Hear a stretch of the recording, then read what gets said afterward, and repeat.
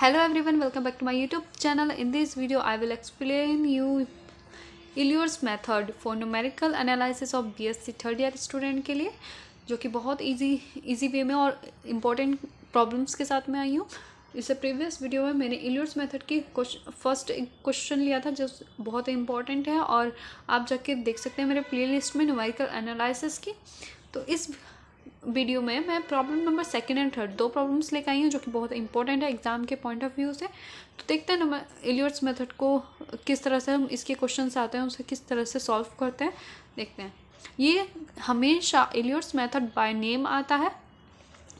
तो और इन numerical analysis में हमारे पास कैलकुलेटर अलाउड है, वो भी साइंटिफिक, तो आप लोग ईजिली कर सकते हैं। तो देखिए क्वेश्चन नंबर फर्स्ट क्या होता है कि apply Euler's method to find y at x is equal to 0.4 for the differential equation dy upon dx is equal to x plus y comma y0 is equal to 0 taking h is equal to 0.1। इससे previous video में हमारे पास h ये वाला function given नहीं था, तो आप वहाँ जाके देख सकते हैं। अब यहाँ पर ये क्वेश्चन इसलिए स्पेशल है क्योंकि इसमें हमें h दे रखा है 0.1, मीन्स बीच की इनकी ब्रेथ हमें दे रखी है, एक इंटरवल इन्होंने दे रखा है। तो सोल्यूशन देखते हैं इसका। गिवन दे रखा है function x, y is equal to x plus y, initial value for 0, y की इनिशियल वैल्यू कितनी है 0 और x की इनिशियल वैल्यू कितनी है 0। देन h इन्होंने हमें दे रखा है 0.1। तो we shall find the value of y at x is equal to 0.1, 0.2, 0.3, 0.4 successively. ठीक है, हमें y की वैल्यू कब तक फाइंड करी है एट 0.4, लेकिन हमें x की इनिशियल वैल्यू कितनी है 0। तो 0 से 0.4 तक के बीच के सभी इंटरवल ये हमने ले लिए हैं। 0 के बाद 0.1, 0.2, 0.3, देन 0.4, और इनकी मतलब बीच का डिफरेंस हमेशा इक्वल होना चाहिए। तो इनका डिफरेंस कितना होना चाहिए बीच में 0.1। तो इसी तरह अब हम इलियट्स मेथड यूज़ करते हैं using y n plus 1 is equal to y n plus h function of x n comma y n. ठीक है, तो हम पहले फर्स्ट अप्रोक्सीमेशन निकालेंगे। तो फर्स्ट अप्रोक्सीमेशन निकालने के लिए n की जगह हम 0 रखेंगे तो हमें फर्स्ट अप्रोक्सीमेशन मिलेगा। n की जगह 0 रखा तो y1 is equal to y0 plus h function of x0 comma y0।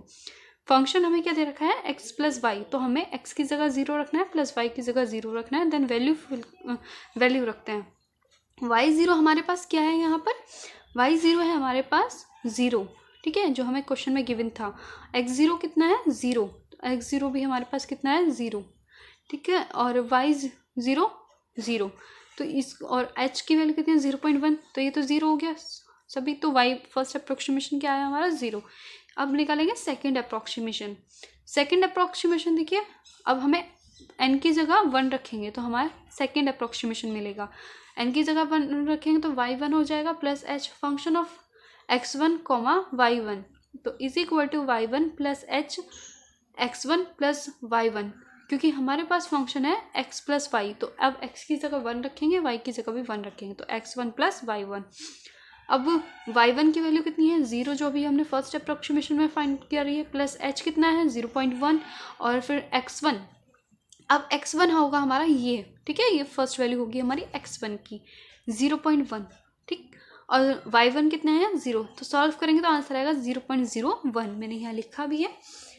अब थर्ड अप्रोक्सीमेशन फाइंड आउट करेंगे। तो थर्ड अप्रोक्सीमेशन फाइंड आउट करने के लिए n की जगह अब रखेंगे हम 2, n की जगह 2 रखेंगे तो हमारे पास थर्ड अप्रोक्सीमेशन मिल जाएगा। अब एंड y2 आ जाएगा plus y2 plus h function of x2 comma y2।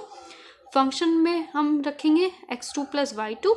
ठीक है, मतलब जैसे हमारा फंक्शन है इसमें हमें x2 और y2 हम इसमें रखते रहेंगे।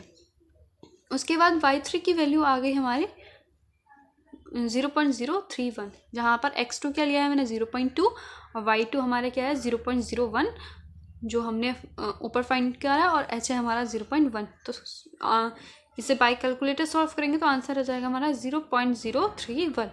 इसी तरह फोर्थ अप्रोक्सीमेशन फाइंड आउट करेंगे। फोर्थ अप्रोक्सीमेशन फाइंड करेंगे तो n की जगह हम रखेंगे 3, तो y4 is equal to y3 plus h function of x3 comma y3, जहाँ पर फंक्शन रखेंगे x3 प्लस y3 और वैल्यू रखेंगे y3 की वैल्यू जो ऊपर आई है 0.031, और h कितना है 0.1, और x3 हमारा हो जाएगा यहाँ 0.3, जो कि हमारा ये है।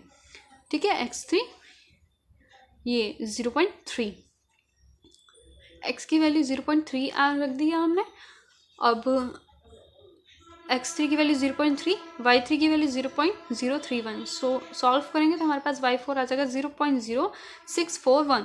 Hence y is equal to 0.0641 when x is equal to 0.041। ठीक, तो हमारा ये आंसर हो जाएगा। हमें ये बस यहीं तक करना है, फोर्थ अप्रोक्सीमेशन ही। सेकंड क्वेश्चन है हमारा, use Euler's method with h is equal to 0.1 to solve the differential equation dy upon dx is equal to x square plus y square, y function of 0 is equal to 1 in the range x0 to x is equal to 0.3। तो हमें इसमें एक range दी है कि हमें इस range तक y approximation find करना है। और ठीक है, इनका बीच का डिफरेंस कितना होना चाहिए, 0.1 होना चाहिए।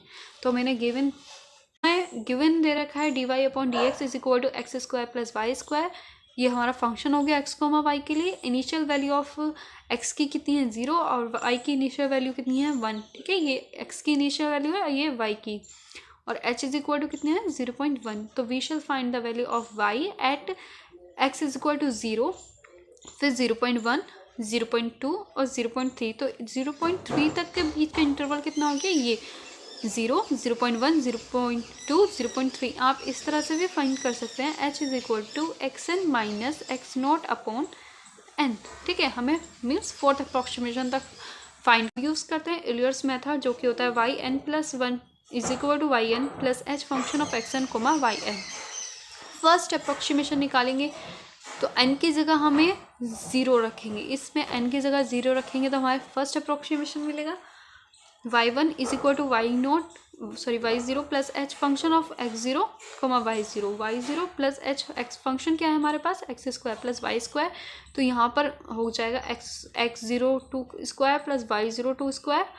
वैल्यू रखेंगे, y0 की वैल्यू कितनी है 1, h की वैल्यू कितनी है 0.1, और x की वैल्यू कितनी है 0, x0 की वैल्यू कितनी है 0, और y0 की वैल्यू कितनी है 1। सॉल्व करने के बाद हमारा आंसर आया y1 इज इक्वल टू 1.1। अब निकालेंगे सेकेंड अप्रोक्सीमेशन। सेकेंड अप्रोक्सीमेशन के लिए n की जगह हमें रखना है 1, तो हमारे पास सेकेंड अप्रोक्सीमेशन आ जाएगा y1 plus h function of x1 comma y1। ये हमारा फंक्शन बनेगा। y1 प्लस h हमारे पास फंक्शन क्या है, ये x square plus y square. तो x1 का स्क्वायर प्लस हो जाएगा y1 का स्क्वायर। वैल्यू रखेंगे तो 1.1 प्लस 0.1। ठीक है, h की वैल्यू कितनी है 0.1, और x1 की वैल्यू कितनी है 0.1 का स्क्वायर प्लस y1 की वैल्यू कितनी है 1.1 का स्क्वायर।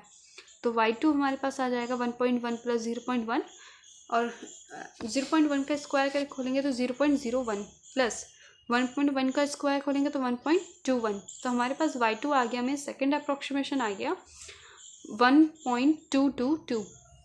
मैंने यहाँ लिखा भी है कि x1 मैंने क्या लिखा है 0.1, जो कि हमारा ये है x1 0.1। ठीक है, अब हमें निकालना है थर्ड अप्रोक्सीमेशन। थर्ड अप्रोक्सीमेशन के लिए n की जगह हमें रखेंगे 2, n की जगह 2 रखेंगे तो हमारे पास थर्ड अप्रोक्सीमेशन मिलेगा। तो y2 plus h function of x2 comma y2 plus h function हो जाएगा x2 का स्क्वायर प्लस y2 का स्क्वायर। y2 की वैल्यू हमारे पास ये है 1.22 प्लस h कितना है 0.1, और x2 हमारे पास यहाँ पर आएगा 0.2, और फिर x2 का स्क्वायर x2 की 0.2 का स्क्वायर हो जाएगा प्लस y2 का 1.22 का स्क्वायर हो जाएगा। सॉल्व करने के बाद हमारा आंसर आया 1.357। अब फोर्थ अप्रोक्सीमेशन निकालेंगे, तो फोर्थ अप्रोक्सीमेशन के लिए हमें n इज इक्वल टू रखना है 3। तो फोर्थ अप्रोक्सीमेशन आ गया हमारा y4 is equal to y3 plus h function of x3 comma y3 plus h function है हमारा x³ square plus y³ square. y3 की वैल्यू हमने जो ऊपर प्रीवियस फाइंड करी है 1.357 प्लस h की वैल्यू कितनी है 0.1, x3 का स्क्वायर है तो x3 की वैल्यू कितनी है 0.3 स्क्वायर प्लस y3 की वैल्यू 1.357 का स्क्वायर। तो y4 मतलब हमारे पास फोर्थ अप्रोक्सीमेशन सॉल्व करने के बाद आया है 1.573। तो required value of y are 1.1 comma 1.222 comma 1.357 and 1.573। ये हमारा आंसर हो गया, क्योंकि हमें इस रेंज में फाइंड करनी थी जिसमें x is equal to 0 to 0.3। तो मैंने इस रेंज के बीच में ये वैल्यू फाइंड आउट कर लिया। आई होप आपको इजीली समझ में आ गया होगा। नेक्स्ट वीडियो में मैं अलग क्वेश्चंस लेके आऊँगी, तो आप मेरे चैनल को सब्सक्राइब करें, शेयर करें and thank you for watching.